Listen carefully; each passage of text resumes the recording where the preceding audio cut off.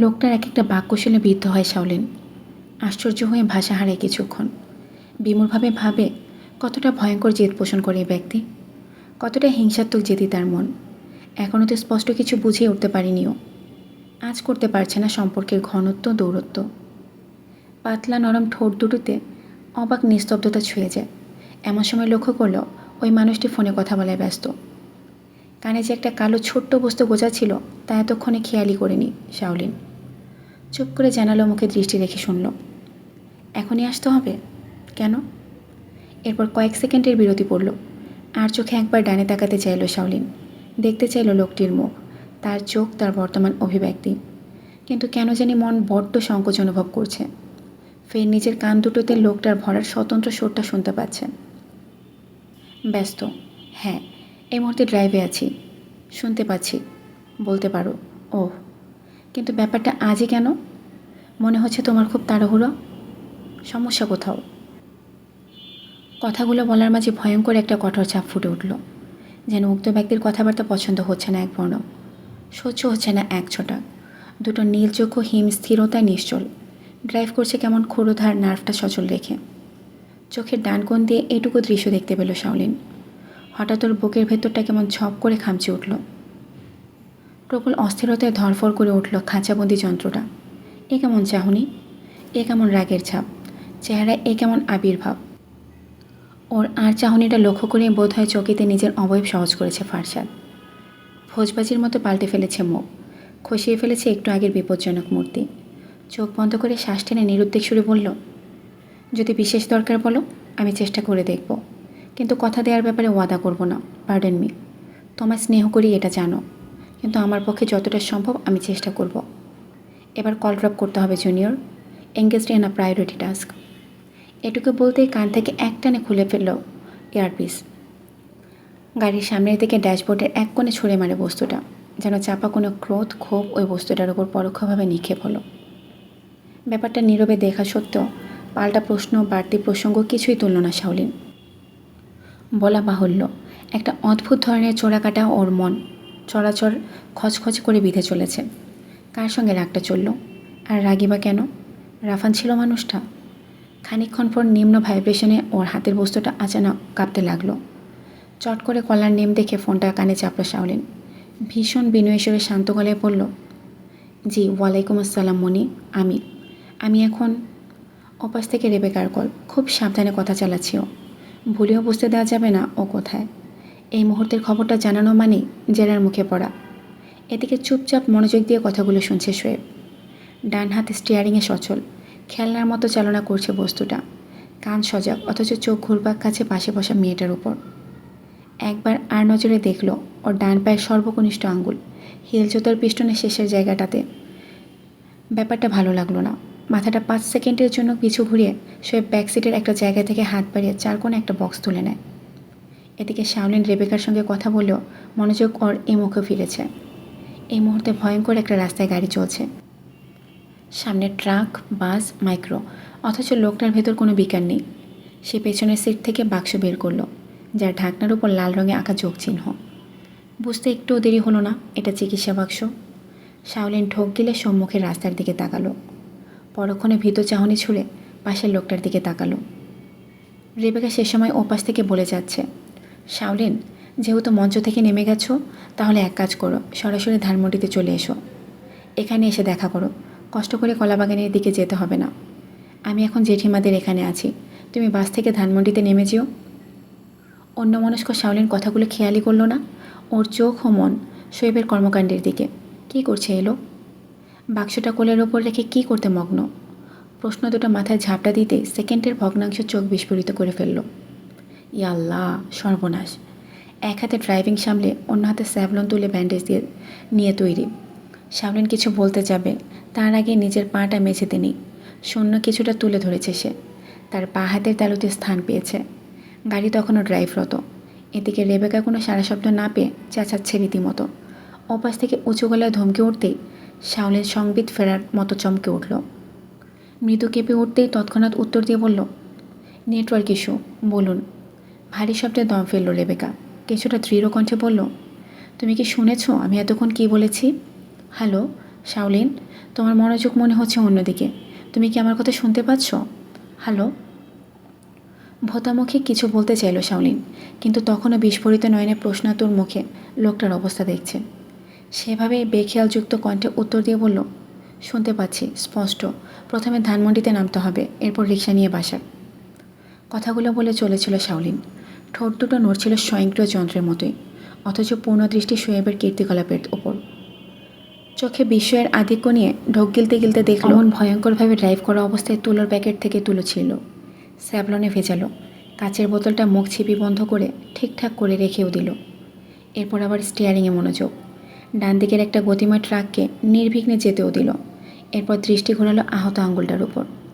নিজের বিরাট থাবার উপর ধরে আছে বেচারির পায়ের আঙুল। সর্বকনিষ্ঠ আঙুলটা মূল মনোযোগ আকৃষ্ট করায়। তোলোয় ভেজানো স্যাভলনে ভেজে যাবে ওটা। জায়গাটা আগুনের মতো জ্বলছে শাওলিনের। ঠোঁট খেঁচে ব্যথাতুর কঞ্চন পড়ছে। পাটা চট করে সরিয়ে নিতে যাচ্ছিল, কিন্তু পারিনি। বলা বাহুল্য, গাড়িটা তখন সিগন্যালের জ্যামে আটক গেল। ব্যাপারটা দেখে এমনভাবে শ্বাস ফেলল শাওলিন, যেন সাক্ষাৎ মৃত্যুর মুখ থেকে বেঁচে গেল। দু চোখ ক্লান্ত ভঙ্গিতে বুঝে নিরুত্তাপ সরে বলল, আপনার কর্মকাণ্ড আমার কাছে পরিষ্কার হচ্ছে না। কথাটার বৈপরীত্য কোনো কথা এলো না। মাথা কিঞ্চিত নত করে চুপচাপ কাজ করছে শোয়েব। স্যাভলনে ভেজা তুলো ওই আঙুলটায় বুলিয়ে চলেছে ক্রমাগত। বুঝতে পারছে হাতে আছে তার মাত্র মিনিট। সিগন্যাল ছেড়ে দিবে। দাঁত দিয়ে ওয়ান টাইম ব্যান্ডেজের প্যাকেটটা ছিঁড়ে সেটা ওই ছোট্ট আঙুলে মুড়িয়ে দিল। পাটা যেটুকু উঁচুতে ধরে রেখেছিল তা আবার সেই জুতো জোড়ার উপর নামিয়ে দিল সে। নিজের হাত দুটোকে লিকুইড স্যানিটাইজারে ক্লিন করে নিজের ড্রাইভিং ইনস্টিংক্টে ফিরে আসে শোয়েব। পুরোটা ঘটনা স্তব্ধ বিমূঢ় চোখে দেখার পর নিজের পায়ের দিকে নজর বোলায় শাওলিন। রেবেকার এক নাগারে বলার পরিণাম হু হা উত্তর দিয়ে কলটা কেটে দিয়েছে বহুক্ষণ। এই স্বল্প মুহূর্তের ভেতর যে ভয়ঙ্কর কাজটা ঘটল তা দেখে নিশ্চুপ ঠোঁটের নিঃশ্বাস রইল শাওলিন। শুধু অনুভব করল ওর পায়ে নিঃসংকোচে কাউকে হাত রাখতে দেয়নি। কেউ বিনা অনুমতিতে হুট করে স্পর্শ রাখবে সেটাও কল্পনার বহু ঊর্ধ্বে। অথচ এই একটা মানুষ, শুধু এই মানুষটাই ওর নিকটে আসার গোপন সম্মতিটুকু পায়। তাহমিদ বা অন্য কেউ যখন স্পর্শ করতে চায় তাতে বীভৎস অনুভূতিতে গুলিয়ে ওঠে মন। সমস্ত ইন্দ্রিয় প্রতিবাদের হিংস্রতায় দূরে দূরে জানায়। চকিতে দ্রুত ছিটকে যেতে চায়, কিন্তু এই ব্যক্তির বেলায় সমীকরণ ভিন্ন কেন? কেন ব্যতিক্রম? মুখ তুলে ডান দিকে তাকায় ওর প্রশ্ন বাঁকা চোখ। সেই চোখের চাহনিতে একবার নজর মেলায় নীল নয়ন, যেন চোখে চোখে বলতে চায় অব্যক্ত কিছু। তুমি কি বোঝো তোমার মন যতটা তোমার দখলে তার চেয়ে বেশি অন্যের দাসত্ব? আমি বেপরোয়া দস্যু। আমি দুর্বৃত্তের মতো তোমাকে দখল চাইলাম, তোমার কোমল পায়ে হাত রাখলাম, তুলে নিলাম আমার এই থাবার মতো পৌর সাথে। আর তুমি চেয়ে চেয়ে দেখলে কীভাবে এই বেপরোয়া দস্যু তোমায় চুরি করে নিচ্ছে। এই অবাধ্য লোকটাকে তুমি চুপচাপ প্রশ্রয় দিলে, বিনা প্রতিবাদে ছেড়েও দিলে। এর পরিণাম এখনও জানো না? কথাগুলো চোখে চোখে বিচ্ছুরিত হয়, কিন্তু ঠোঁটে ঠোঁটে আর ফোটে না। সে আপন কর্মে প্রবৃত্ত হলো, আর চোখ ফিরিয়ে তাকালো না। নিজের দনমনা চিত্ত, সংশয়ী মন, অস্থির অন্তরটাকে ঠিক চিনতে পারল না শাওলিন। বুঝতে পারল না কেন এই নীরব সম্মতি, ছাড় দেওয়ার প্রকৃতি, প্রশ্রয় দেওয়ার ইচ্ছাটুকুর জন্ম। কেন তার হাতে নির্ভয়ে থাকে এই মন। নিজের এইটুকু জীবনে বুঝতে পারল না আজকের এই ভয়ঙ্কর অনুভূতিটার নাম কি, কারণ কি, উত্তর কি, কিচ্ছু জানা নেই ওর। গাড়িটা যখন ধানমন্ডির পথে থামল তখন কিছুটা আশ্চর্য হয় শাওলিন। কপাল কুঁচকে সঙ্গে সঙ্গে ডানে তাকালো। সে সময় চালকরূপী শোয়েব উত্তরটা দিয়ে দেয়, কলে বলেছ প্রথমে ধানমন্ডিতে নামতে হবে, এরপর রিক্সায়, এরপর বাড়ির গেটে। কপালকে সেভাবেই কুঁচকে রেখে উত্তরটা দেয় শাওলিন। কিছুটা রাগত গলে বলে উঠল, অন্যের কথাবার্তা এভাবে কান পেতে শোনেন আপনি, আর সেগুলো মুখস্থের মতো ঠোঁটস্থ রেখে দেন? দুটো কড়া প্রশ্নের কাছে এই প্রথম এক টুকরো হাসল শোয়েব। চশমার দরুন ওই সুপরিসের চেহারায় মার্জিত ছাপ পড়ল একটা। হাসিটা হালকা রেখে নিজের বজ্র ভরার ছটটায় বলে উঠল সে, দরকার না পড়লে শুনি না, কিন্তু দরকার দেখলেও ছাড়ি না। আজ দরকার ছিল। ধানমন্ডিতে কার বাড়ি? প্রশ্নটার উত্তর পেতে পারি কি ইয়ং লেডি? একটা শৌখিন সম্বোধনে প্রশ্নটা ছুড়ল এই মানুষ। ঠোঁটের হাসিটা আর নেই, চোখ দুটিতে অদ্ভুত স্থির ছাপ, চোখের মনে কেমন ভীতিকরভাবে নিষ্পলক। বাহাত পাশের ডোরটার উপর রেখে উত্তরটা দিল শাওলিন, আত্মীয়র বাড়ি। কেমন আত্মীয়? প্রশ্নটা করার বেলায় শোয়েবের এক চোখ একটু খাটো হলো। ডানভ্রুয়ের সেই পুরনো কাটা দাগটা কিঞ্চিত প্রশ্নাতুর দেখালো। ব্যাপারটা কেমন অস্বস্তি বোধ করলো শাওলিন। তবু মনকে নিস্পৃহ রেখে স্বাভাবিক স্বরে বলল, আমার ভাবির জেট। ঠিক এমন সময় ভোম ভোম যান্ত্রিক কম্পনে মনোযোগ বিঘ্ন হলো। চোখ ঘুরিয়ে নিজের রাইট পকেট থেকে হাত ঢুকিয়ে ফেলেছে শোয়েব। ফোনটা বের করে কলার নাম দেখবে, ঠিক তখনই দরজা খোলার আওয়াজে চোখ পায়ে ঘোরালো। দেখতে পেল শাওলিন নিজেও কানে ফোন ঠেকিয়ে কথা বলছে। কথা বলতে বলতে গাড়ি থেকে বেরিয়ে ইশারে ছোট্ট বিদায় জানিয়ে একটা রিক্সা থামিয়ে ফেলেছে। এদিকে নিজের সজাগ ফোনটার দিকে চোখ নিবদ্ধ করলো শোয়েব। কলার ব্যক্তিটির দিকে এই প্রথম খ্যাপাটে খুনের মতো চাহনি ছুড়ল। কলটা তার কেউ নয়, রাফান সিদ্দিকী। বিড়বিড় করে বলে উঠল শোয়েব, অসময়ে কলটা দিয়েছে রাফান, তোমার কি অবস্থাটা আমি করব? রিক্সার হুড় তোলা, আকাশ ও আশপাশ পরিচ্ছন্ন, মেঘে ঢাকা আকাশ বলে আজকের আবহাওয়াটায় বিকেল বলে কিছুই নেই। যেটুকু আলো দিনের খাতা থেকে তল্পে তল্পা গোটাচ্ছে তা এখন সন্ধে নামার অধ্যায়ে। জায়গাটা ধানমন্ডির আবাসিক এলাকা। দুধারে উঁচু ভবন বেশ, আভিজাত্যের সঙ্গে দাঁড়ানো। পথচারী স্বল্প, ভেজা মসৃণ রাস্তাটা দিয়ে আপন গতিতে এগিয়ে চলেছে রিক্সা। কান থেকে ফোন সবেমাত্র নামায় শাওলিন। এতক্ষণ শ্রেষ্ঠার প্রশ্নবাণে তটস্থভাবে উত্তর দিচ্ছিল। রাগে বিস্ফোরণ ঘটিয়ে কণ্ঠটা তুঙ্গে তুলেছিল শ্রেষ্ঠা। তুই না বলে কোথায় গিয়েছিস? জানা, আমি এটা একদম সহ্য করব না। তুই আমার স্পেশাল একটা সফট কর্নারে আছিস বলে তোকে আমি বরাবর এরকম উদ্ভট কাজে ছাড় দিব, নেভার এভার। তুই আজকে যেটা করলি আমি এখনও বিশ্বাস করতে পারছি না। হুট করে মাইক ফেলে তোর কেন? কী প্রয়োজন তোর? অত বেশি দরকার হলে কেন একটা বার কল দিলি না? কেন বললি না শ্রেষ্ঠা আমার অমুক প্রবলে? কথাটা ভয়ঙ্করভাবে আটকে দেয় ও। রাগান্বিত শ্রেষ্ঠাকে নিজের সবটুকু দিয়ে ঠান্ডা গলায় বলল, প্রবলেম বলে আসে তুমিই বলো। প্রবলেম কখনো জানিয়ে ঢাকঢোল পিটিয়ে সমাবর্তন ঘটায়? বিশ্বাস করো, আর্জেন্ট কাজ ছিল শ্রেষ্ঠা। আমি ভীষণ দুঃখিত তোমাকে জানানোর সুযোগ পাইনি। কিন্তু আমি জানি তুমি অন্যদের মতো আমাকে ভুল বুঝবে না, উদ্ভট কিছু ভেবে রাগ করবে না। মনে মনে এটুকু বুঝে নেবে আমি নিশ্চয়ই কোনো গুরুত্বপূর্ণ কাজে আটকে গিয়েছি, যার দরুন তোমার সঙ্গে স্টেজ শেয়ারের দায়িত্বটা দেখাতে পারিনি। রাগ করো না, আমি স্বীকার করছি আমার ভুল হয়েছে। একটা কল তোমাকে দেওয়ার দরকার ছিল, আমি এলোমেলো মাথায় মনেও রাখতে পারিনি। দাঁত কিরমির তখনও করছিল শ্রেষ্ঠা। বা হাতটা মুষ্টি পাকিয়ে আসছিল অমন কীর্তিটুকুতে। তবে আস্তে আস্তে মাথাটা শান্ত হলো যখন বুঝলো শাওলিন মেয়েকে ছুতে চলে যায়নি। নিশ্চয়ই কোনো কারণ আছে। দুবার গভীর শ্বাস ছেড়ে কিছুটা ধাতস্থ মেজাজে বলল, জানা, রাগ আমার জন্য না, তুই হুট করে চলে গেছিস। রাগ আমার এজন্যই তুই আমাকে একটাবার ইনফর্ম করতে পারতিস। আমি তোর চিন্তায় প্রচণ্ড নার্ভাস হয়ে যাচ্ছিলাম, টেনশন করছিলাম রীতিমতো। বারবার ভাবছিলাম তুই হঠাৎ কোনো বিপদে পড়লি কি না। এমনি একটার পর একটা ঝামেলা তোর পিছনে লেগেই আছে। তার উপর যদি ক্যাম্পাস থেকে ইভেন আমাদের এরিয়া থেকে কোনো বিপদ ঘটে তখন সেটা উপেক্ষা করা যায় না। এখন বল, কোথায় আছিস? বাসায় ফিরছিস নাকি? চোখ দুটো নির্দিষ্ট একটা বাড়ির দিকে সজাগ, সামনেই গন্তব্য। কিছুক্ষণ কথা বলে কলটা কেটে দেয় শাওলিন। সম্মুখে চোখ তুলে দেখে 7 ফুট উঁচু ভারী গেট, লোহার গায়ে ফুল পাতার নকশা, দ্বার দুটো বন্ধ। গেটের ওপাশে মস্ত এক দালান কোঠা, হলদে সফেদ রঙে আভিজাত্যের শোভা প্রকাশ পেয়েছে। চোখ নামিয়ে গেটের বাঁদিকে চোখ পড়ল। আয়তাকার একটা নাম ফলকে জল করছে বাড়িটির নাম, মর্তুজা ম্যানশন। ছোট্ট পকেট গেট ঠেলে ভেতরে পা বাড়ায়। পাশে উর্দিধারী এক দারোয়ান অটল অবস্থায় ওকে দেখছে। চিনতে পারার জন্য সালাম দিয়ে ভেতরে যাবার সম্মতি দেয়। শাওলিন ততক্ষণে সদর দরজার কলিং বেল বাজিয়েছে। পাখির কৃত্রিম শোনে যখন আশপাশটা মুখর, তখন বাড়ির একদিকে হঠাৎ ওর নজর বিদ্ধ হলো। বাড়ির বাঁ দিকে গাড়ি রাখার বিরাট ছাউনি। সেই ছাউনি তলায় অনেকগুলো সার বেঁধে গাড়ি। ব্যাপার কি, অত গাড়িবহর কেন? বাড়ি ভর্তি কি আত্মীয় স্বজন আসলো? এক মনে ভাবতে থাকলে হঠাৎ দরজাটা খুলল ভৃত্য শ্রেণীর মহিলা। মাথায় ঘোমটা টেনে পান খাওয়া লাল ঠোঁটে হাসি দিয়ে বলল, ও আম্মা আইসো, অপেক্ষায় আসছিলাম যে, আইও আম্মা।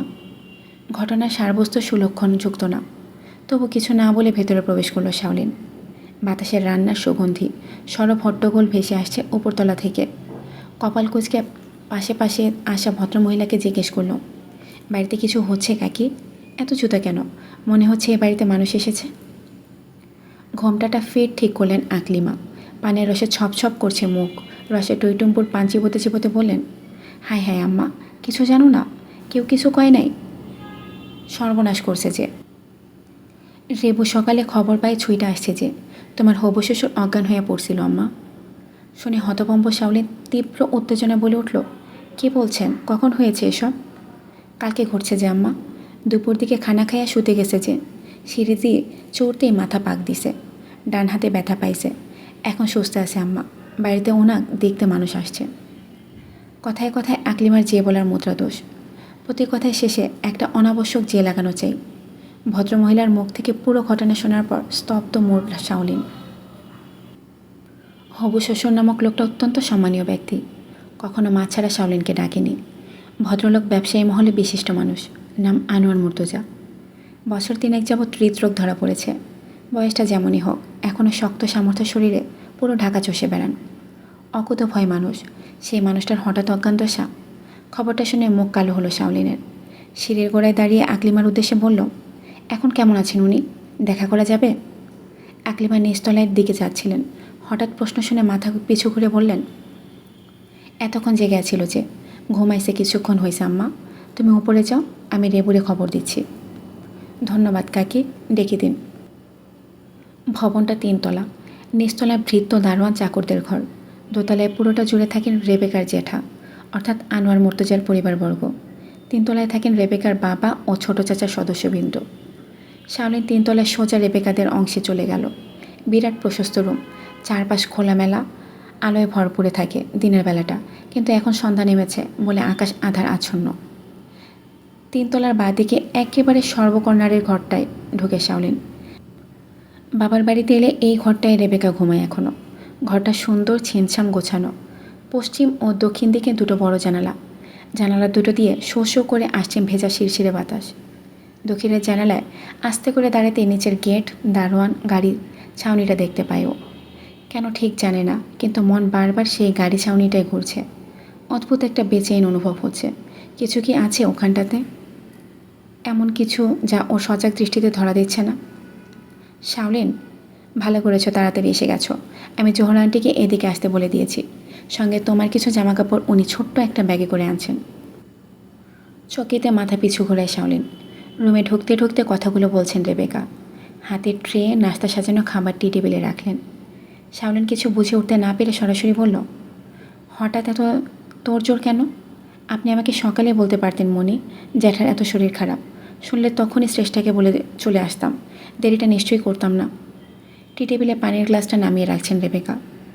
মুখে ব্যস্ত ভঙ্গির ছাপ টেনে সচকিত কণ্ঠে বললেন, কিন্তু তুমি তো সময় মতোই এসেছো শাওলিন, দেরি তো করনি। বরং আমি ভাবছিলাম তোমার ফিরতে সমস্যা হয় কি না। কী সমস্যা? প্রশ্নটা করে জানালা থেকে সরে পায়ে পায়ে রেবেকার দিকে এগোতেই বলল, আপনি সেই তখন থেকে কিছু বলি বলি করছেন, বলতে গিয়ে আড়ষ্ট হচ্ছেন। কিছু একটা জানতে চাইছেন, কিন্তু বারবার সংকোচে ভুগছেন। কেন? হঠাৎ জরুরি তলবটা কিসের? এভাবে ধানমন্ডি ডাকলেন কেন? বাড়িতে এত মেহমান, এত মানুষ, অসুস্থ রোগীকে দেখতে এলে এত হইচই হয়? প্রশ্নগুলো অকাট্য সরে রাখেও। একটা গভীর দম ছেড়ে রেবেকা শুধালো, এসবে কিছু বোঝনি? সন্দেহের গাঢ় আঁচ পড়ল মুখে। শাওলিন নিষ্পন্দ, মাথাটা ডানে বায়ে না ভঙ্গিতে নাড়িয়ে উত্তর জানালো। রেবেকা অবস্থা দেখে নিজেই ননদের কাছে এসে দাঁড়ান। তবে চেহারাটা আজ ম্লান, কণ্ঠে বাষ্পরুদ্ধ অবস্থা রেখে হালকাভাবে বলেন, জ্যাঠা চাইছেন আজ আনুষ্ঠানিকভাবে বাগদানটা হোক। গতবার জেঠিমা তাহমিদকে নিয়ে বাসায় এসেছিল। মানুষ বলতেছিল মাত্র 5-6 জন, মুরব্বী কেউ পাছে ছিল না। জ্যাঠাও ঢাকার বাইরে ছিলেন। পাত্রে দেখতে এসে পছন্দ করে ফেলায় তখন ব্যাপারটা হালকার ওপর চুকে যায়। কিন্তু ওটা তো আনুষ্ঠানিক আংটি পরানো ছিল না। তার মধ্যে ওই আংটিটাও তুমি হারিয়ে ফেলেছ। সব শুনে ওনারা এখন সিদ্ধান্ত নিয়েছেন আজ ঘরোয়াভাবে ব্যাপারটা মিটে যাক, আনুষ্ঠানিক ব্যাপারটা আজই হোক। এটুকু বলে শাওলিনের হাতটা নিজের হাতে তুলে নিল রেবেকা। যে আঙ্গুলটা গতবার তাহমিদের মা সাধারণ একটা আংটি পরিয়েছিল, সেই আঙ্গুলটা দেখে নিয়ে রেবেকা বলল, আত্মীয় স্বজন কিছু এসেছে, বাকিরা মোটামুটি রাতের ভেতর জড়ো হচ্ছে। পাত্রপাত্রী উভয় পক্ষে আংটি বিনিময়টা হয়ে গেলে নিশ্চিন্ত থাকা যাবে। আর বিয়ের সম্ভাব্য তারিখটা আজই ঠিক করা হবে। জ্যাঠা মিয়ার স্বাস্থ্যটা ভালো নেই শাওলিন। ডাক্তার বলেছে যে কোনো মুহূর্তে যে কোনো কিছুই ঘটে যেতে পারে। সবাই যেন প্রস্তুত থাকে। এরকম কথা শুনলে কেউ স্বস্তি পায়? হার্টে রিং পরানো হলে অন্য বিষয়, কিন্তু হার্টটাই খুব দুর্বল ওনার। গতকাল কিভাবে কি হলো দেখো, একটা সুস্থ মানুষ সেকেন্ডের ভেতর পড়ে গেল। আমি এসে সব কিছু সামাল দিলাম। এখন তুমি যদি সব কিছু ঠিকঠাক মনে করো, তাহলে আমি নিশ্চিন্তে সব কিছু দেখব। কোনো মতামত আছে কি না জানিও। আমি নিচে গেলাম। খানিক বিব্রত অবস্থায় বিপন্ন হলো। কী বলবে চট করে খুঁজে পেল না শাওলিন। হুট করে যেন ঝড়ের মতো আছড়ে পড়ল এইসব। কী ঘটছে, কেন ঘটছে, কিচ্ছু ঠিকমতো ঠাউর করতে পারল না। ভাগ্যকর্তা এ কেমন পরিস্থিতিতে ছেড়ে দিচ্ছেন কে জানেন। রেবেকা ততক্ষণে চলে গেছেন। ফাঁকা করে অনির্দেশ্য চিন্তায় নিবদ্ধ হচ্ছে শাওলিন। হঠাৎ পায়ের কনিষ্ঠ আঙুলটায় নজর গেল ওর। বুকের ভেতরটা ভয়ঙ্করভাবে নিংড়ে এলো। কেন মনকে স্থির করতে পারছে না, কেন অস্থির লাগছে ওর, কেন উৎকণ্ঠায় ভুগছে ও, কিসের তৃষ্ণা ছটফটাচ্ছে ওর নিগড় অন্তর। বিছানায় বসে কনিষ্ঠ আঙুলটায় হাত রাখলো শাওলিন। ব্যান্ডেজের ওপর বুলালো আঙ্গুল। খেয়াল করলো ওর আঙ্গুলগুলো থরথরিয়ে কাঁপছে। বিভৎস একটা উৎকণ্ঠা যা দিচ্ছে বুকে। একবার কি কল করবে লোকটাকে, জানাবে ওর অবাধ্য অস্থিরতা। কিন্তু কেন জানাবে, ওর কিসের অধিকার। আকাশ গাঢ় বেগুনি রঙে ডুবো। কাঙ্ক্ষিত রাতটা নামবে একটু পর। একটা হুলস্থুল তাড়াহুড়া সব কিছু সামলে নিচ্ছেন তাহমিনা। একমাত্র পুত্রের আংটি পরানোর কেন্দ্র করে আজ মাতিয়ে তুলেছেন মর্তুজা ম্যানশন। কাছে পিঠে থাকা কিছু আত্মীয়, বাবার বাড়ির পরিবার, মর্তুজাদের বন্ধুস্থানীয় পরিবার জড়ো হচ্ছে এই সন্ধ্যায়। স্বামী অসুস্থ হলেও স্ত্রী তাহমিনাকে পাক্কা গৃহিণী, সর্বেসর্বা নারী, তা যেন আরও একবার কাজে কর্মে স্বাক্ষরে রাখলেন। বাড়ির সমস্ত ভৃত্যদের দিয়ে চুকিয়ে ফেলেছেন রান্না, সাজিয়ে তুলেছেন দোতলার মহল। ছেলেকে খবর দিয়ে এনেছেন সন্ধ্যা 6টার ভেতর। আংটিটা পরানো হবে এশারের পরে। হাতে খুব একটা সময় নেই। এমন সময় পেছন থেকে উপস্থিত হন মোর্শেদা, রেবেকার মা। ছিমছাম গরনের ভদ্রমহিলা বেশ নম্র চিত্তে বলে ওঠেন, আপনার মা এসেছেন ভাবি, অসুস্থ হয়ে পড়েছেন, যদি সম্ভব হয় ওদিকটা একটু দেখে আসেন। চুলায় পায়েসের হাঁড়িতে কিছু বাদাম কুচি ছেড়ে দিচ্ছিলেন তাহমিনা। রান্নার সুগন্ধে মৌ মৌ করে পরিবেশ থেকে ছুটে এসে বললেন, মোর্শেদা, পায়েসটার কাছে একটু দাঁড়াও তো, চুলার আঁচটার দিকে নজর রাখো, আমি তাহলে ওদিকটায় দেখে আসি। রেবেকা, রেবেকা কোথায় গেল? এই রেবেকা, রেবেকা। জেঠির ডাক শুনে জি জেঠি বলে সাড়া দিল রেবেকা। 3তলা থেকে যে ডাকটা ছুটে এসেছে তা দোতলায় চড়তে চড়তে শুনতে পেলেন তিনি। দোতলায় দাঁড়িয়ে ওপরতলার উদ্দেশ্যে চিৎকার ছেড়ে বললেন, তোমার ভাইকে একবার ডাকো রেবেকা। তাহমিদ সে কখন থেকে ঘরের দুয়ারে দিয়ে বসে আছে, ছেলেটা কী করছে দেখো তো। ওকে বলো মেহমান সব এসে গেছে, নিচে সবাইকে যেন দেখাশোনা করে। আপনি চান আমি দেখে আসছি জেঠি। রেবেকার জবাব শুনে আপন কাজে প্রবৃত্ত হলেন তাহমিনা। বাড়ি ভরা মানুষ, ছোট ছোট বাচ্চারা দুরন্ত চিৎকার চলছে। একটা চাপা শোরগোল সমস্ত কোণে ছাপিয়ে গেছে। অতিথি আসে এখনও চলমান। রেবেকা নিজের ঘর থেকে পরিপাটি হয়ে নামতেই হঠাৎ সিঁড়িতে পথ আটকায় একজন। মুখে উৎফুল্ল হাসি, তার দুহাত পিঠের পেছনে লুকানো। ভ্রুতে ভাঁজ রেখে রাগী মুখে শুধালেন রেবেকা, কোথায় ছিলি? মাঝে তোকে তাসফিয়া তাসফিয়া করে ডাকলো, তুই শুনতে পাসনি? বড় বোনের চেহারা দেখে নিভল তাসফিয়া। কণ্ঠে ইতস্তত ছাপ ফেলে বলল, দোতলা থেকে শোনা যায় না আপু, আমি তো দোতলায় বড় ঘরে ছিলাম, ওখানে নানুরা সবাই এসেছে, এতক্ষণ ওনাদের কাছেই ছিলাম। অকপটে সত্যিটা বলেছে বলে রাগটা কমল রেবেকার। তেজে ক্ষান্ত হয়ে দৃঢ়ভাবে বললেন, ওপরে যা, মা যেন কেন ডাকছে শুনে আসবি। আর খবরদার শাওলিনের ঘরে আড্ডা বসাবি না, ওর কাছে যদি ভিড়তে দেখি। কথাটা তর্জনী উঁচিয়ে সাবধান করলেন রেবেকা। বোনের ফ্যাকাশে মুখের তাকিয়ে গটগট করে নেমে গেলেন। এদিকে তাসফিয়া হবু ভাবির ঘরে যেতে সজাগ। রেবেকাকে দোতলায় ঢুকতে দেখে চট চলতে ধাপ ধাপ সিঁড়ি ভেঙে উঠে গেল। 3তলায় সেই নির্দিষ্ট ঘরের সামনে ঠক ঠক করাঘাত করল তাসফিয়া। আশেপাশে নজর বোলাতে আচানক খুব করে নব মোচড়ানোর আওয়াজ হলো। কাঠের বাদামি বার্নিশ করা দরজাটা একটু খুলতে উকি দিয়েছে শাওলিন। অমনি শাওলিনের চেহারা প্রফুল্ল হাসিতে উদ্ভাসিত হয়ে উঠল। সজোরে দরজাটা টেনে খুলে দিতে দুরন্ত পায়ে ছুটে পড়ল তাসফিয়া। দুহাত বাড়িয়ে জড়িয়ে ধরল হবু ভাবিকে। আনন্দঝরা কণ্ঠে উৎফুল্ল হয়ে বলল, কতদিন পর দেখা হচ্ছে ভাবি, তোমাকে সেই কবে থেকে দেখি না, তুমি কেমন আছো, তোমাকে খুব মিস করি। জড়িয়ে ধরা অবস্থাতেই দরজাটা চাপিয়ে দিয়েছে শাওলিন। হবু ননদের মাথায় হাত বুলিয়ে বুলিয়ে স্নেহার্দ সুরে বলল, আমি ভালো আছি তাসফি, একদম ঠিক আছি, তুমি কেমন আছো? আগের মতো যোগাযোগটা করাটাও সম্ভব হয় না সোনা, তুমি তো পারলে কল দিতে পারো, রাতে তো তোমায় অনলাইনে দেখি। কঠোর করা হাত এবার একটু ঢিল দেয় তাসফিয়া। মুখ উঠিয়ে শাওলিনের দিকে তাকিয়ে বলে, তুমি রাত করে অনলাইনে থাকো, এজন্যই তোমার চোখ দুটো এমন ক্লান্ত দেখাচ্ছে। আজ কি ভার্সিটি থেকে সরাসরি এসেছো? মা বললো তুমি নাকি মঞ্চে দাঁড়িয়ে উপস্থাপনা করেছো। সত্যি? সত্যি? কি অদ্ভুত, তুমি তাহলে পারো না কোনটা? শুধু বোধ হয় আর্ট করাটাই পারো না। আচ্ছা ছাড়ো, রেবেকা আপু আজ হাইপার হয়ে আছে, সে আমাকে তোমার ঘরে ঢুকতেই নিষেধ করলো। কেন করলো বলো তো? কি জানি, তুমি এসেছো, ভালো করেছো। একা একা কি বিশ্রী লাগছিল। বসো, চকলেট খাবে? আমার ব্যাগে একটা কিটক্যাট আছে, বের করে নিয়ে নাও। ধন্যবাদ ভাবি, তুমি কখনো এই জিনিসটা মিস দাও না। তোমার জন্য তাহমিদ ভাইকে দিয়ে ইচ্ছে মতো চকলেট স্টক করাবো। এরপর তুমি আমি দুই ননদ ভাবি মিলে রাতে দিব হামলা। কেউ কিচ্ছু টের পেবে না। আহা হা। উচ্ছল কিশোরীর ন্যায় ফুরফুর করছে মেয়েটা, বয়স 14-16। চঞ্চল পাখির মতো উড়ু উড়ো ওর দৃষ্টিভঙ্গিটা। মেয়েটার মুখও গরম, মায়ের মতো হলেও স্বভাব একদম চপল। কখনো একদণ্ড একদিকে স্থির থাকে না, সারা বাড়ি উড়ে বেড়ায় ডানা মেলা প্রজাপতির মতন। আয়নার কাছে দাঁড়াতেই নিজের প্রতিবিম্বে নজর গেল। শাড়িটা উজ্জ্বল ঘিয়ে রঙা, সমস্ত পার স্বর্ণালী আভায় ঝলমল করছে। একটা রাজকীয় দ্যুতি বিচ্ছুরিত হচ্ছে শাড়িটার রং, কারুকার্য সুতোর বুনন থেকে। তমধ্যে গাঢ় খয়েরি রঙা ব্লাউজ, কোণে পর্যন্ত আবৃত সুঢ হলো দুটি হাত। ঠোঁটে মেরুন শেডের ম্যাট লিপস্টিক, ডাগর চোখে গাঢ় করে টানা কাজল। চুলগুলো প্রাকৃতিকভাবে ঢেউযুক্ত বলে পিঠময় অপূর্ব দেখাচ্ছে। হাত ভর্তি সোনালি রঙা চুড়িগুলো পরতে ঠক ঠক শব্দ সচকিত হয় ও। দরজার বাইরে থেকে উঁচু সুরে কেউ বলল, শাওলিন আপু, তুমি কি এ ঘরে? হ্যাঁ এখানে। কে বাইরে? আপু দরজাটা খোলা যাবে? আমি মার্জিয়া। তাসফিয়া কি এখানে আছে? ওকে সিনিয়র ভাই তলব পাঠিয়েছেন। মাথা পিছু ঘুরিয়ে তাসফিয়ার দিকে তাকালো শাওলিন। ইশারায় বোঝালো ভাইয়ের কথা শুনে আসতে, কিন্তু তাসফিয়া তখন কিটক্যাট কামড়ে লাগানো ভুলে গেছে। কেমন একটা আশঙ্কিত চেহারায় ভ্রু কুচকে আছে। ব্যাপারটা দেখে কিছু শোধাবে শাওলিন, তার আগে তাসফিয়া উঠে দাঁড়িয়ে বিড়বিড় করেই বলেছে, ও কি বলল? শাওলিন নিজেও সন্দেহগ্রস্ত, ওর কিছু কি হয়েছে বলে জিজ্ঞেস করবে, তার আগে ঝড়ের বেগে ঘর থেকে বেরোয় তাসফিয়া।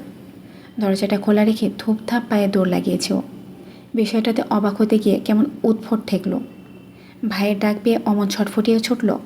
প্রশ্ন জড়ানো চাহনিটা দরজা থেকে সরাবে, ঠিক তখনই দেখলো চকলেটটা পর্যন্ত ফেলে গেছে। কি ব্যাপার? জহুরা, মোর্শেদা, তাহমিনা বেশ ব্যস্ত, তবু মেহমানদারি ও অন্যান্য কাজে সজাগ মনোযোগ। এশারের ওয়াক্ত শেষ হতে দোতলার বিরাট ঘরটা গমগম করছে। ছাদ থেকে ঝুলছে বিশাল একটা ঝাড়বাতি, তা থেকে স্বর্ণরঙা আলো ঝিলমিল করছে সব কোণে। সফেদ গদির সোফায় বসে আছে তাহমিদ। আজ মায়ের জোড়াজুড়িতে পড়েছে গাঢ় খয়েরি পাঞ্জাবি, সঙ্গে গ্যাবার্ডিন সাদা প্যান্ট। বিরক্ত মুখে সোফায় বসে ফোন স্ক্রল করছে সে। অফিসের কিছু ফাইল চোখ নাড়াচাড়া করতে ব্যস্ত।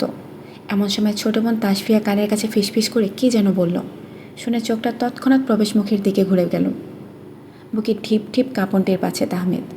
টের পাচ্ছে সে সোফা থেকে আপনা আপনিই দাঁড়িয়ে পড়েছে। হাতের ফোনটা বন্ধ করলো কি করলো না, প্যান্টের খাপে ঝটফট পকেটস্থ করলো সে। মোর্শেদা ও রেবেকা যাকে নিয়ে ঘরে ঢুকেছে, তার দিকে এক দৃষ্টি শুধু স্থির তাহমিদ। আপাতমস্তক অদ্ভুত এক রাজকীয় ঐশ্বর্য বিকিরণ করছে ওর। ঘিয়ে রঙা পোশাক, স্বর্ণের মতো পাড়, মাথায় অগ্রভাগ পর্যন্ত ঘোমটা আবৃত। চোখের বড় বড় পাপড়িগুলো স্পষ্ট, ঠোঁটে হাসি শূন্য ছাপ, মুখমণ্ডল নির্বিকার। তাহমিদের উল্টো দিকের সোফায় বসলো শাওলিন। একবারও চোখ তুলে সম্মুখ দিকে চাইল না। টের পেল তাসফিয়া ওর ডান পাশে ঘেঁষে বসেছে, বাদিকে অন্য কেউ যাকে শাওলিন চেনে না। আনুষ্ঠানিক কার্যক্রম শুরু করবে এমন সময় আনোয়ার মুর্তজা নিজের প্লাস্টার হাত বুকে ঝুলিয়ে উপস্থিত হলেন। একটা হাসি হাসি রফ ফুটিয়ে উপস্থিত সবার উদ্দেশ্যে বললেন, আজকে আমার ইচ্ছে ছিল কাজী ডাকিয়ে কাবিনে সই নেব, যেন আমার ঘরের লক্ষ্মীটাকে ঘরেই রেখে দিতে পারি। কিন্তু সব কিছুর তো সময় আছে, সব কিছুর একটা পরিবেশও লাগে। আমি গতকাল দুপুর থেকে অসুস্থ, হাতটা নাড়াতে কষ্ট পাই। যেটুকু সাধ্য আমার, আজকে এই দুই চোখে ওদের বাগদানটা দেখতে চাই। গতবার সম্ভব হয়নি। আবার গিন্নির হাতে পরানো আংটিটা মা হারিয়েও ফেলেছে। এজন্য মনে করেন আজকে ছোট করে সবাইকে ডাকিয়ে সব চোখে চোখে দেখছি। আল্লাহ চাইলে আজ দুটো ডাল ভাত খেতে খেতে বিয়ের তারিখ ঠিক করব। হায়াত যে কদিন আছে, আমার পুত্র আর পুত্রবধূকে নিয়ে এক ছাদের নিচে থাকতে চাই। কি বলেন সবাই? কথাগুলো বলতেই মুরব্বী ও স্বজনেরা খোশ মেজাজে মতামত জাহির করল। পরিবেশ যেন আরও গমগম। শাওলিন এক সেকেন্ডের জন্য রেবেকার দিকে চোখ রাখতে যাচ্ছিল, হঠাৎ আর চোখেই দেখল তাহমিদ এখনও এক দৃষ্টিতে চেয়ে আছে। ওর নজরটা স্বস্তিকর নয়। কী যেন ভেবে ওই চাহনি অনুসরণ করে নিজের দিকে সাবধানে চোখ বুলায়। অমনি ব্যাপারটা বুঝে শিরদাঁড়াটা শিরশির করে উঠল। শাড়িটা জর্জেট, তার উপর বেশ ভারী। কোমরের দুপাশ থেকে নেমে যাওয়ার পেটের সামনের দিকটা দৃশ্যমান ওর। সেদিকে নজর ঘুরিয়ে মাঝে মাঝে ঈপ্সিত তৃষ্ণা নিবারণ করছে তাহমিদ। দুষ্টু হাসি দিচ্ছে এখন। অমন সময় একজোড়া আংটি সাজিয়ে উপস্থিত হন তাহমিনা। দুজনকে আংটি বুঝিয়ে দিচ্ছেন। ঠিক তখনই নিচু থেকে প্রচণ্ড হইচই শুরু হলো। সবার চোখ মুখ তখন উদ্ভ্রান্তির মতো থতমত, একে অন্যের দিকে প্রশ্ন চিহ্নে তাকাচ্ছে। আনোয়ার দ্বিধা চাহনিতে কি হয়েছে বললেন। তার আগেই সিঁড়িতে একজোড়া পায়ের আওয়াজ ফুটে উঠল। সমবেত সবাই দরজার বাইরে দৃষ্টি ছোড়াছুড়ি করলে গলা খাকারি দেন আনোয়ার। বাইরে কে? মাকসুদ নাকি? মাকসুদ? ভদ্রলোক গলা উঁচিয়ে বলতে সমস্ত ঘর যেন সহসা এক বজ্রকণ্ঠে গমগমে প্রতিধ্বনি ছড়িয়ে দিল। আমি শোয়েব, শোয়েব ফারশাদ ফুপা। অমন ভারী প্রবল কণ্ঠে সচকিত হয় উপস্থিত বর্গ। চোখে আশ্চর্যের ধক মাখিয়ে দাঁড়িয়ে গেছেন আনোয়ার। মুখ বিশাল হাঁ করে বিস্ফোরিত হলেন তিনি। পরক্ষণে সে বিস্ফোরিত ভাব বাঁধ ভাঙা আনন্দে রূপান্তরিত হলো। কণ্ঠে বিস্ময় ছাপ নিয়ে গদগদ আনন্দে বলে উঠলেন, কি দেখছি আমি? তাহমিদের মা, কই তুমি? ব্যাপারটা গুরুত্ব না দিয়ে নিজের মতো প্রবেশ করেছে শোয়েব। পালিশ করা চকচকে কালো জুতার দ্বার প্রান্তে খুলে স্বাভাবিক মুখে বলল, কেমন আছেন আপনি? দাদি না জানালে জানতাম না আপনি অসুস্থ। শরীর কেমন এখন? আর অপেক্ষা করলেন না আনোয়ার, দ্রুত গিয়ে বুকে জড়িয়ে আনন্দ প্রকাশ করলেন এক ধাপ। পুরো চেহারায় সামান্যতম বিকার নেই শোয়েবের। সে যেন চুপচাপ যান্ত্রিকভাবে কুশল সেরে দিচ্ছে। আশেপাশে নজর বোলাচ্ছে কিছুর জন্য, হয়তো কাউকে খোঁজার, কাউকে দেখার, কিন্তু সেটাও সাবধানে চোখে। অন্যদিকে বড় ঘরে বসা শাওলিন পুরো দস্তর পাথর, নড়চড় হেলদোল, চোখের পলক কোনোটাই ঘটছে না। ডান হাতের ওপর বাঁ হাত রাখা ছিল, বর্তমানে সে হাত দুটো পরস্পর মুষ্টিতে আবদ্ধ। কানে শুনতে পাচ্ছে কেউ একজন ভারী পদক্ষেপে প্রবেশ করছে ঘরে। সে একটু আগের গলাটা ফের কর্ণধারে বাজছে ফেলে উঠল। কেমন আছে জুনিয়র? সব ভালো? গায়ে শিরশির করে কাটা দিয়ে উঠল, সূচের মতো বিঁধে উঠল পশমস্তর। বুকের ভেতর জমাট বেঁধেছে ভারী একটা পাথর, সেটা সরাতে পারছে না শাওলিন। নিঃশ্বাস যেন আটকে আসছে ওর, ভেতরটা যেন থরথর করে কম্পনরত। সামনে থেকে তাহমিদ হাত বাড়িয়ে করমর্দন করল। সোফা ছেড়ে উঠে মানুষটার সঙ্গে কোলাকুলি করে বলল, তোমাকে সত্যিই মিস করতে যাচ্ছিলাম সিনিয়র। আমার এত বড় একটা দিনে তুমি খাগড়াছড়ি ছেড়ে আসবে না? Sounds impossible. কথাটা শুনে বিদ্রুপ হাসল শোয়েব। হাসিটা বাঁকা করে বলে চলল, আমাকে বাদ দিয়ে সব কিছু ঠিক করে নিয়েছো। সেখানে আমি থাকলেও কি না থাকলেও কি, নাথিং ক্যান স্টপ দ্যাট। তোমার নানি সাহেবা কোথায়? জার্নি করে নানি অসুস্থ। আগে ওনার সঙ্গে দেখা করতে চাও নাকি? না, তোমার বিশেষ মুহূর্তটাই আগে থাকি, তারপর অন্য সব। এই মুহূর্তটা আমার জন্য তো crucial factor. Carry on junior, give her a hand. ঠোঁটে হাসি টেনে পিছু হলো তাহমিদ। হাতের মুঠে ভেলভেটের বাক্স, তার মধ্যে একটা রিং। সেটি যখন দু আঙ্গুলের তুলে প্রস্তুত হচ্ছিল, তখন অপরদিকে ক্রুদ্ধ শাওলিন নিজের হাত স্থির করছিল। ক্রমাগত থরথর করে কাঁপছে আঙ্গুল। নার্ভাস ব্রেকডাউন শব্দটার মতো ভয়ঙ্কর প্রতিক্রিয়া হচ্ছে ওর। রেবেকার কল্যাণে যখন ওর আংটিটা হাতে নিল, তখন চূড়ান্ত সীমায় নিজেকে ধাতস্থ করে ফেলেছে ও। এই প্রথম নিজের চোখ দুটো সম্মুখ দিকে রাখল, তাকালো একদম জায়গা বরাবর। ক্রোধ, অবিশ্বাস, জেদের মিশ্রণে তাকালো শোয়েবের দিকে। যেন চোখ দিয়ে শাওলিন বলছে, মিথ্যাবাদী অমানুষ, একটা জোচ্চোর অমানুষ, একটা ঠান্ডা মাথার নিকৃষ্ট লোক। চোখে মুখে শক্ত ভঙ্গিটা ফুটিয়ে মাথাটা নত করল। দুপাটি দাঁত ভয়ঙ্করভাবে খিচিয়ে নিজেকে নির্জীব বানিয়ে তুলল। পুরো বাগদান পর্বে একটা শব্দ করল না শাওলিন। একবারও সামনে চোখ তুলে চাইল না। আলহামদুলিল্লাহ আলহামদুলিল্লাহ চিৎকারে মুখর হচ্ছিল গোটা ঘর। আনুষ্ঠানিক বাগদান সম্পন্ন হওয়াতেই সবাই যখন মিষ্টি মুখ করছে, তখন শাওলিন রেবেকার কানে আস্তে করে জানায়, মাথা ব্যথা করছে আমার, উপরে গেলাম। কথাটা বলতে না বলতেই হুল্লোড় মহল থেকে বেরিয়ে আসে শাওলিন। ধপ ধপ সিঁড়ি ভেঙে সোজা উঠে গেল 3 তলার ঘরে। পেছন থেকে সবটুকু দৃশ্যই নীরব দর্শকের মতো দেখল শোয়েব। চুপ করে দেখল ওর চলে যাওয়ার দৃশ্যটুকু। ভারী নিঃশ্বাস ছেড়ে মনে মনে যেন বলে চলল, বলেছিলাম যাবার আগে শেষ ডোজ দিয়ে যাব, না দিয়ে ফিরব না। দুঃখিত ইয়াং লেডি। পর্যাপ্ত সময়ের অভাবে কিছু ডিসক্লোজ করা যাচ্ছে না। অপেক্ষা করো, তবে রেগে থাকা ভালো লক্ষণ। রাগে তোমার চেহারা আরও লোভনীয় লাগে। আক্রোশে ফেটে পড়েছে শাওলিন। রাগে রক্তাভ দেখাচ্ছে মুখ, চোখের কোলে আসন্ন অশ্রুর পূর্বাভাস। নিচের ঠোঁটে দাঁত বসিয়ে খিচে আছে ও। রুমের দরজাটা থাম করে লাগাবে, তা যেন আর পারলই না। কপাল কুঁচকে গেছে। কি হলো? দরজা লাগছে না কেন? কি সমস্যা? কি ঝামেলা? চোখে অশ্রু আসি আসি ভেজা ভাব নিয়ে দেখল 2 হাত ঠেললেও দরজাটা লাগছে না। নবের ঘরটায় সিলভার নবটা বসাতে চাইছে, কিন্তু কি একটা শক্তি জোরপূর্বক বাধা দিচ্ছে আটকাতে।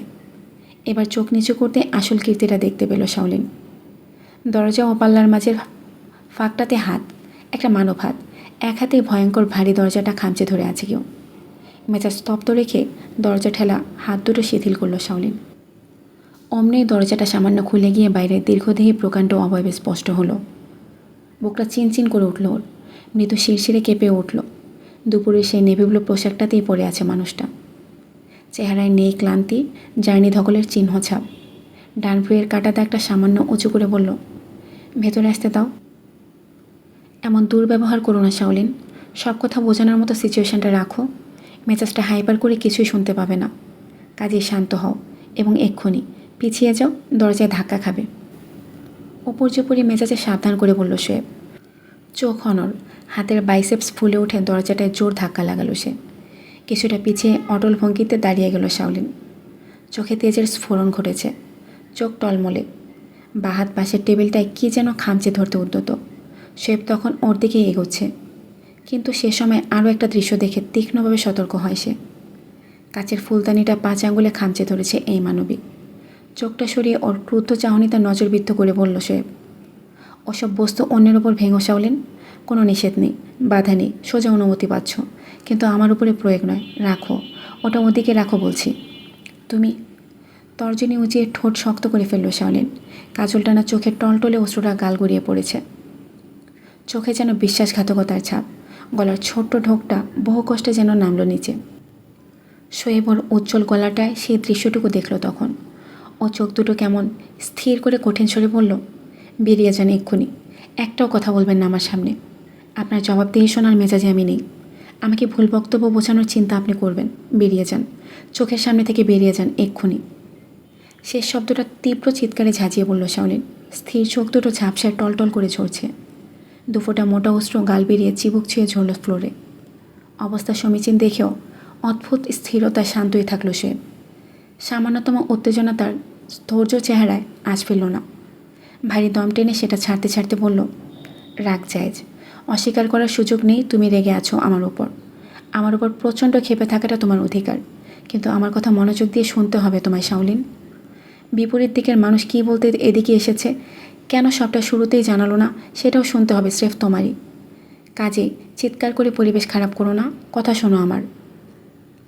কথাগুলো শান্ত সুরে বলে দুহাত আত্মসমর্পণের ভঙ্গিতে শূন্য তুলল শোয়েব ফারসাদ, যেন নিজেকে বুঝিয়ে দিল সে উপযুক্ত দোষী, সমস্ত ভুল ও অপরাধ একমাত্র তারই। কিছুটা থেমে ফের শুরু করলো কথা বলতে, এবার সেটা যেন অন্যদিকে মোড় ঘোরায়।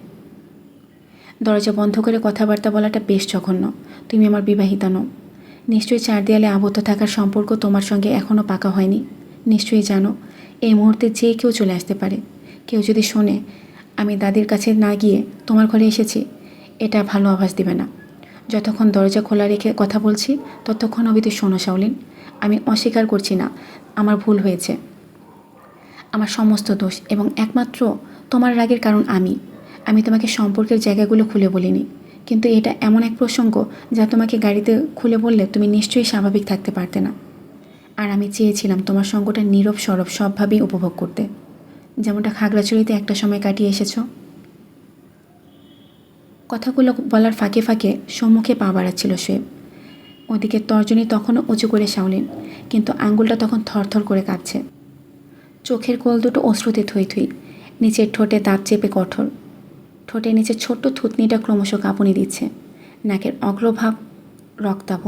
তবু শোয়েব ঝুঁকিপূর্ণ একটা চেষ্টায় নিজের জায়গা থেকে বলে গেল, অতিরিক্ত বুদ্ধিমানরা সবচেয়ে বাজে ধরনের ধোঁকাটা খায়।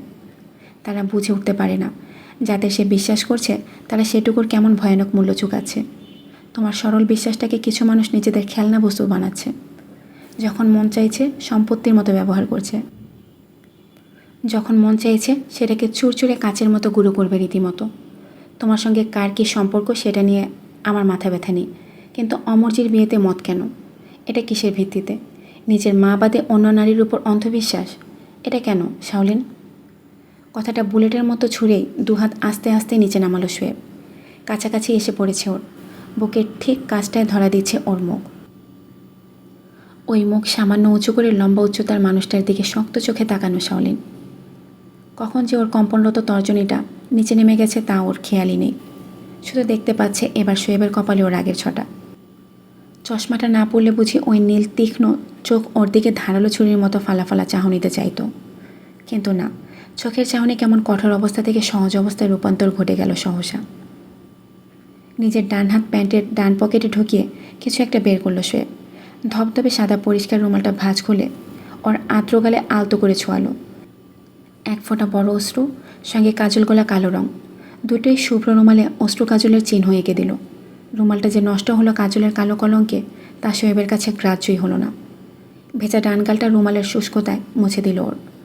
এই সুযোগে ওর মসৃণ উজ্জ্বল ত্বকে আঙুল ছোঁয়ালো শোয়েব। যদিও রুমালের ওপাশে সেই নরম কাতর ত্বক আর এ পাশের রুক্ষ কঠিন আঙুল। এমন সময় শোয়েব খেয়াল করলো পিছিয়ে যাচ্ছে শাওলিন।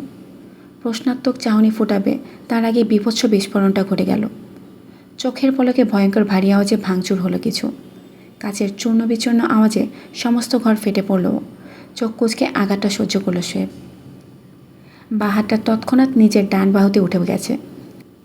প্রবল যন্ত্রণায় অসার অনুভব হচ্ছে জায়গাটা। চশমা পরা চোখ শাওলিনের দিকে ছুটতেই সহনশীল ঠান্ডা মেজাজেই বলল, কী পরিমাণ অন্ধ তুমি নিজেই ভাবো। তোমাকে এলাম চোখ খুলে দিতে, তুমি আমাকে আঘাতটা করে দিলে। তপ্ত উনুনের মতো টকবক করছে ক্রোধ। ক্রোধের অঙ্গার তখনও ক্ষোভিত মুখে চেয়েছিল শাওলিন। নিজের নিয়ন্ত্রণহীন মেজাজ আজও সামলাতে হিমশিম খায়ও। এমন বীভৎস কাণ্ড ঘটিয়ে ফেলে যা কল্পনাতীত আজও। চোখটার ঝাপসা দৃষ্টিতে টলটল করতে থাকলে হঠাৎ ডান দিক থেকে টুপ করে এক ফোঁটা অশ্রু গড়ালো। সেই ফাঁকিয়ে যেন দেখতে পেল কত বড় বিপজ্জনক কাজটা করে ফেলেছে। ফুলদানি ভাঙার বিকট শব্দে দোতলায় প্রচণ্ড শোরগোল পড়ে গেছে। সিঁড়ি দিয়ে উঠে আসছে ধূপধাপ আওয়াজ।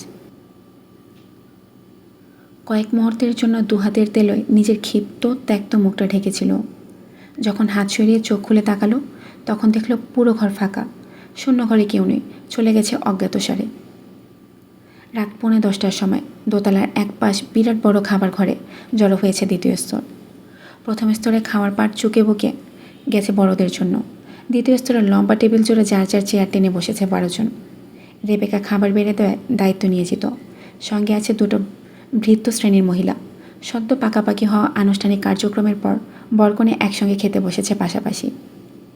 পর্যাপ্ত দূরত্ব দু চেয়ারের মধ্যবর্তী স্থানে রেখে নিজের নির্বিকার সত্তা বজায় রেখেছে শাওলিন। বাঁ পাশেই বসেছে তাহমিদ। বারবার প্লেটে এটা ওটা চেয়ে রেবেকাকে ডাকার উছিলায় চেয়ারটাকে কাছে আনছে সে। বিষয়টা সাদা চোখে সচল মস্তিষ্কে ধরতে পারছে শাওলিন, কিন্তু নিজের চেয়ারটা আর পাশে চাপানোর মতো জায়গা অবশিষ্ট নেই। ওর ডান পাশে তাহিয়া বসা, সম্পর্কে তাহমিদের সেজ মামাতো ভাইয়ের বউ, অথচ এতদিনও চিন্ত বনকর্মী লোকটার আপন সেজ ভাবী রূপে। শুকনো গলায় ঢোক গেলে চুপচাপ প্লেটের খাবারটুকু শেষ করার চিন্তা করলো শাওলিন, কিন্তু পারল না। পাশ থেকে আবারও কর্কশ গলায় ডাক ছুড়েছে তাহমিদ, ক্যাশনাস সালাডটা পাস করো প্লিজ। আরেক ধাপ ঠেলে চেয়ারটা প্রায় নিকটে এনে ফেলল তাহমিদ। হাঁটুতে পায়ে উড়ু থেকে উড়ুতে স্পর্শ লাগছে এবার। বিকৃত আনন্দের চোখ ঠোঁট উদ্ভাসিত দেখাচ্ছে তার। ব্যাপারটা টেবিলের অপর প্রান্ত থেকে পানির গ্লাসে চুমুক দিয়ে দেখছিল শোয়েব। চাইলে এক্ষুনি গা ঘেঁষে বসার শিক্ষাটা বুঝিয়ে দিতে পারে, কিন্তু ঘণ্টাখানেক আগে নিজের ডান বাহুতে যে কঠিন জব্বর বকশিসটা পেয়েছে সেটার দরুন এই মুহূর্তে কিছু করার চিন্তা ফলাচ্ছে না। ঠোঁট থেকে পানির গ্লাস নামিয়ে খাবারে সরাসরি মনোযোগ দিল শোয়েব। চোখে চশমা থাকার দরুন একটা আড়াল ভঙ্গির চাহনি ছুড়ে ফুফাতো ভাইয়ের নির্লজ্জপনা দেখতে থাকলো সে। তাহমিদ সালাদের বোলটা নিতেই ডান বাহুটা ইচ্ছে করে শাওলিনের গায়ে চেপে দিল। ব্যাপারটা এমন যেন ভুলবশত লেগেছে। এদিকে তাহিয়া বাপ চোখের কোণ দিয়ে শাওলিনের অবস্থা দেখছিল। কী ভেবে অন্যদিকে সাবধানে চাহনিটা ছুড়ল তাহিয়া। সেকেন্ডের ভগ্নাংশ শোয়েবের চোখটা প্রায় বিদ্ধ হলো বুলেটের মতো। খানিক চমকে উঠতে গেল তাহিয়া। আমতা আমতা ভাব ফুটিয়ে অনিচ্ছুক হাসি ছড়তে শোয়েব খাবার চিবোতে চিবোতে চোখ ইশারা বোঝালো। চোখটা একবার ডালের বোলটায় ফেললো, এরপর টেবিল ক্লথ, এরপর পানির জগটা নজর বুলিয়ে নিজের মতলব বোঝালো। দূর থেকে অমন দুরভিসন্ধি বুঝতে পেরে বিস্ময়ে ঢোক গিল তাহিয়া। কী করতে চাইছে? না না, তাড়াতাড়ি মাথাটা ডানে বামে নাড়িয়ে নিষেধ করলো তাহিয়া। চোখে চোখে বলতে চাইল দেবরকে, সবাই এখানে আছে শোয়েব, অমন কিছু করলে তৎক্ষণাৎ বুঝে যাবে। কিচ্ছু করো না, আমি দেখছি শোয়েব, আমি এক্ষুনি ওকে সরিয়ে দিচ্ছি। দাঁড়ো, আমার চেয়ারে বসানোর দ্রুত ব্যবস্থা করছি, থামো। মাথাটা একদম হালকা সীমায় না বুঝায় শোয়েব, অর্থাৎ সে চেয়ার বদল চায় না, অত সভ্য হিসাব তার পছন্দ নয়। হতাশায় ফোঁস করে দম ছাড়ল, বাধ্য হয়ে সম্মতিটা দেয় তাহিয়া। ঢোক গিলে আর নজরে দেখতে লাগলো শাওলিনের হাঁটুতে বারবার একটা বিশ্রী ধাক্কা লাগছে। মুখে খাবার নিয়ে আর চিবোতে পারছিল না শাওলিন। রাগে ঝিমঝিম করছিল সর্বশরীর। কঠোর কিছু বলার জন্য উদ্যত হবে এমন সময় ওর চোখ গেল সামনের দিকে। ওত পেতে থাকা বুনো জানোয়ারের মতো তাকিয়ে আছে শোয়েব, মাথা নিচু, কিন্তু চশমার উপর দিয়ে এমন চাহনি ছড়ছে শাওলিনের আর বুঝতে বাকি রইল না কী ঘটতে চলেছে। দম বন্ধ হয়ে এলো তৎক্ষণাৎ। দ্রুত তাহমিদের দিকে তাকাবে তার আগে ধোয়া ওঠা ডালের বোলটা সজোরে ছিটকে এলো সহসা। সদ্য চুলা থেকে নামানো গরম ডালটা তাহমিদের ডান হাত ঝলসে পড়ল। তীব্র আর্তনাদে প্লেট উল্টে দাঁড়িয়ে পড়েছে তাহমিদ। এদিকে শাওলিন ঘটনার প্রতিক্রিয়ায় তাহিয়ার হাত খামচে স্থির। তাহিয়া অবস্থাটা সমীচীন দেখে শাওলিনকে নিজের দিকে টেনে রেখেছে, যেন তাহমিদের উপর উক্ত আঁচটা ওর উপর না আসে। এদিকে চামড়া জলার বিভৎস যন্ত্রণায় চিৎকার করে উঠল তাহমিদ। অনবরত ডান হাতটা ঝাঁকা দিতে দিতে চিৎকার করে বলল, বরফ বরফ লাগবে আমার, কেউ বরফ আনো। কথাগুলো বলতে বলতে ঘর ছেড়ে বেরিয়ে গেল তাহমিদ। ওর পিছু পিছু ছুটে গেল আরও কিছু ব্যক্তি। রেবেকা তৎক্ষণাৎ রান্নাঘর থেকে ছুটে বরফ নিয়ে আসতে। অন্যদিকে বিচলিত মুখে উপস্থিত বাকিরা ফের খাবার টেবিলে বসে পড়েছে। কিন্তু এবার বিপত্তি পড়ল শাওলিনের দিকে। ডালের বোলটা উপর হয়ে ওর দিকের প্লেট ও টেবিলটা নষ্ট হয়ে গেছে। বাকি খাওয়াটুকু যে শান্তিপূর্ণভাবে সম্পন্ন করবে তা ওই আসনে বসে সম্ভব নয়। এমন সময় তাসফিয়া বিষয়টা লক্ষ্য করলে ঝটিতি চটপট বলে উঠল, ভাবি তুমি এই চেয়ারে আর বসো না। তাহমিদ ভাইয়া ডালের বোল উল্টে যে অবস্থা করে গেছে সেখানে আর বসাই যাবে না। টেবিল ক্লথ চুয়ে ডালের ঝোল পড়ছে, এভাবে তোমার জামার হাতাটা হলুদ হয়ে যাবে। তুমি উঠে ওই চেয়ারটায় বসো ভাবি, আমি বুয়া খালাকে ডেকে দিয়েছি। তাসফিয়ার কথায় নজর ঘোরালো শাওলিনের। যে চেয়ারটায় তাসফিয়া ইঙ্গিত করে দিল সেদিকে তাকিয়ে মুখ রক্তবর্ণ ছাপ পড়ল। জায়গাটা শোয়েবের বাঁদিকের আসন। একমাত্র ওই চেয়ারটাই তাহমিদের পরপর খালি হয়ে গেছে। শাওলিনকে ইতস্তত করতে দেখে তাহিয়ার মাথায় দুষ্ট বুদ্ধি চাপল। গলাটা খাকারি দিয়ে গম্ভীর সুলভ মেজাজে বলে উঠল, উনি সম্পর্কে তোমার ভাসুর হন, চেনো না তুমি? চেনো তো তুমি, একটু আগে পরিচয় হয়েছে না? যাও বসে খাওয়াটা শেষ করো, রাত অনেক হচ্ছে। তাহমিদের হাতটায় যে কি হলো। মুখে কেবল খাবার পুড়ছিল শোয়েব। তাহিয়ার এমন ইতল বিশেষ ফাজলামিতে শোয়েব খাবার চিবোতে পারল না। মুখ নির্বাক। কে ভাসুর? নিজের আপনভাবে এই মর্মান্তিক ক্ষতিটা করলো, এটা বিশ্বাসযোগ্য? কার সামনে কি উচ্চারণ করলো? এই মেয়ের এখন রাগ উঠলেই ভাসুর ভাসুর অস্ত্রটা চালাবে। শোয়েব খাবারটা গলা দিয়ে নামাতে পারল না। এদিকে তাহিয়ার জব্বর হাসিটা আটকানোর যুদ্ধ করছে। ভাগ্যিস কেউ তাকায়নি তাহিয়ার দিকে, নয়তো সবাই হাঁ করে ভাবতো হাসার মতো কি হয়েছে। শাওলিন ততক্ষণে প্লেট নিয়ে উক্ত চেয়ারে বসে পড়েছে। ডানে তাকায়নি একবারও, দেখেনি এক ঝলক। যেন ডানে কোনো অস্তিত্ব বসে নেই। প্লেটের সবটুকু ভাত একটুখানি লেবু চিপে পাঁচমিশালি সবজি দিয়ে মাখাচ্ছে। এমন সময় ডান কানের কাছে ফিস ফিস করলো বজ্র গম্ভীর কণ্ঠ, তোমার মাখানো খাবার থেকে দুলোকমা নিলাম। বলতে বলতেই দস্যুর মতো দু খাবলা কাপ করে নিল লোকটা। নিজের প্লেটে ওর মাখানো খাবার তুলে নিল অনায়াসে। সেটুকুই খেলো পরম তৃপ্তি নিয়ে। যেন এতক্ষণ অপেক্ষা ছিল কখন ওই চেয়ার থেকে এই চেয়ারে চলে আসবে, কখন ওই সাহচর্য থেকে এই সাহচর্যে বাধা পড়বে, কখন ওর কাছ থেকে একটুখানি অংশ চেয়ে নেবে সে। শাওলিন অমন কাজে কোনো কথা বলতে পারল না, শুধু চেয়ে দেখল ওর মাখানো খাবারটুকু লোকটার নীরব তৃপ্তি। প্লেটের বাকি খাবারটুকু তার প্লেটে রেখে দিবে কি? রাত ঘন, ভাঙা চাঁদের আলো জানালার গ্রিল গলে ঢুকছে। বাইরে হিমেল হাওয়ার চাঞ্চলতা। বাতি নেভানো বলে সমস্ত ঘর ঘুটঘুটে আধারে ডুবো। বিছানায় শটান লম্বা হয়ে বাঁ হাতের তেলোটা মাথার নিচে দিয়ে চোখ জোড়া চশমাহীন করে ছাদমুখো ফ্যানটায় তাকিয়ে আছে শোয়েব। ঘুম নেই তার স্বচ্ছ নীল চোখে। অপলক চাহনিতে ভাবছে বহু কিছু, নানা কথা, বিবিধ যুক্তি। মির্জা বংশের শেষ ঠিকানা উঠে গেছে বহু যুগ পূর্বে। সেই বংশের একমাত্র কন্যা ছিল তাহমিনা ফুপু। এক রাতে নামাজের জন্য দাদা উঠে গেছিলেন। মেয়ের ঘরের দুয়ার খোলা। হাট করে কখনোই দুয়ার খোলা দেখেননি দাদা মোর্শেদ মির্জা। কী ভেবে উজু করার ইচ্ছাটা বিলম্ব নিয়ে ঘরটায় ঢুকলেন তিনি। মুহূর্তেই চোখের সামনে ধরা দিল সবটুকু নগ্ন সত্যি। কুমারী মেয়ে বাড়ি ছেড়ে পালিয়েছে। টেবিলের উপর জগের নিচে একটা ভাঁজ করা সাদা খাম। ও সময় দাদার চলছিল দুর্যোগকালীন সময়। ব্যবসায় ভরাডুবি, বাড়িটা বন্ধক, নিবিড় বন্ধুত্ব ধোঁকা, সমাজে মেয়ে পালানোর নিন্দাবাক্য। দাদা মুষড়ে পড়লেন। শক্ত সমর্থ ব্যক্তিত্বের মানুষটা বাস্তবতার কষাঘাতে নুয়ে পড়ল। সেদিনের পর দাদা আর কখনও ফুপুর সঙ্গে যোগাযোগ রাখেননি। এক প্রকার ত্যায্য ঘোষণা করেছিলেন তিনি। এরপর জীবনের শেষ বয়সের অন্তিম দিনগুলোতে মাফ করলেন ফুপুকে। সব আগের মতো ঠিক করে দিয়ে পৃথিবী থেকে বিদায় নিলেন। আজ সেই ফুপুর বাড়িতে বহু যুগ পরে এইভাবে বিশ্রাম নিচ্ছে শোয়েব। বাবা ফারদিন, মা দিলশাদ যদি আজ বেঁচে থাকতেন তবে কেমন হতো আজকের দিনটা। চট করে নজর গেল নিজের বন্ধ ল্যাপটপটার দিকে। চার্জারটা গাড়িতেই রয়ে গেছে, আনা হয়নি এখানে। উন্মুক্ত দেহে একটা আর্মি গ্রিন টি শার্ট চাপিয়ে বেরোলো শোয়েব। তাহমিদের কাছে চার্জার থাকবে নিশ্চয়ই, সেই সঙ্গে দেখে আসবে ওর হাত কতখানি ঝলসানো সম্ভব হলো। এদিকে নিজ ঘরে বিছানায় বসে দেয়ালে হেলান দিয়েছে তাহমিদ।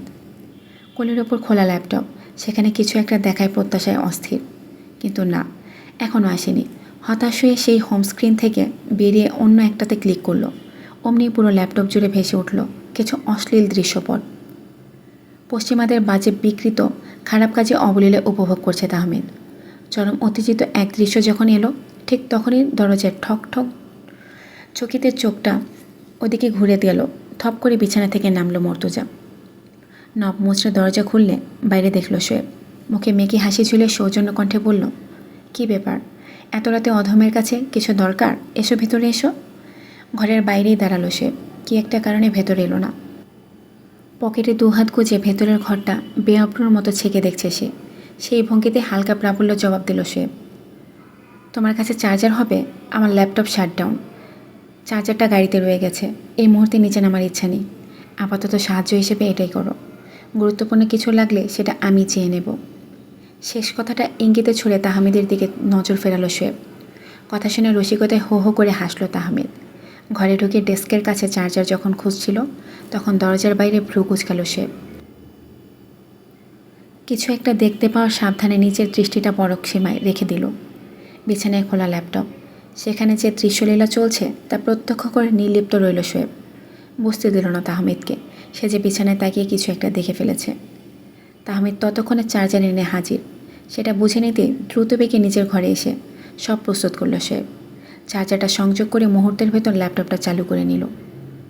কয়েকটি মিনিট পূর্ণ ধ্যানে কিছু একটা করল সে। এরপরে আয়ত্তাধীন হইল অন্যের ল্যাপটপ।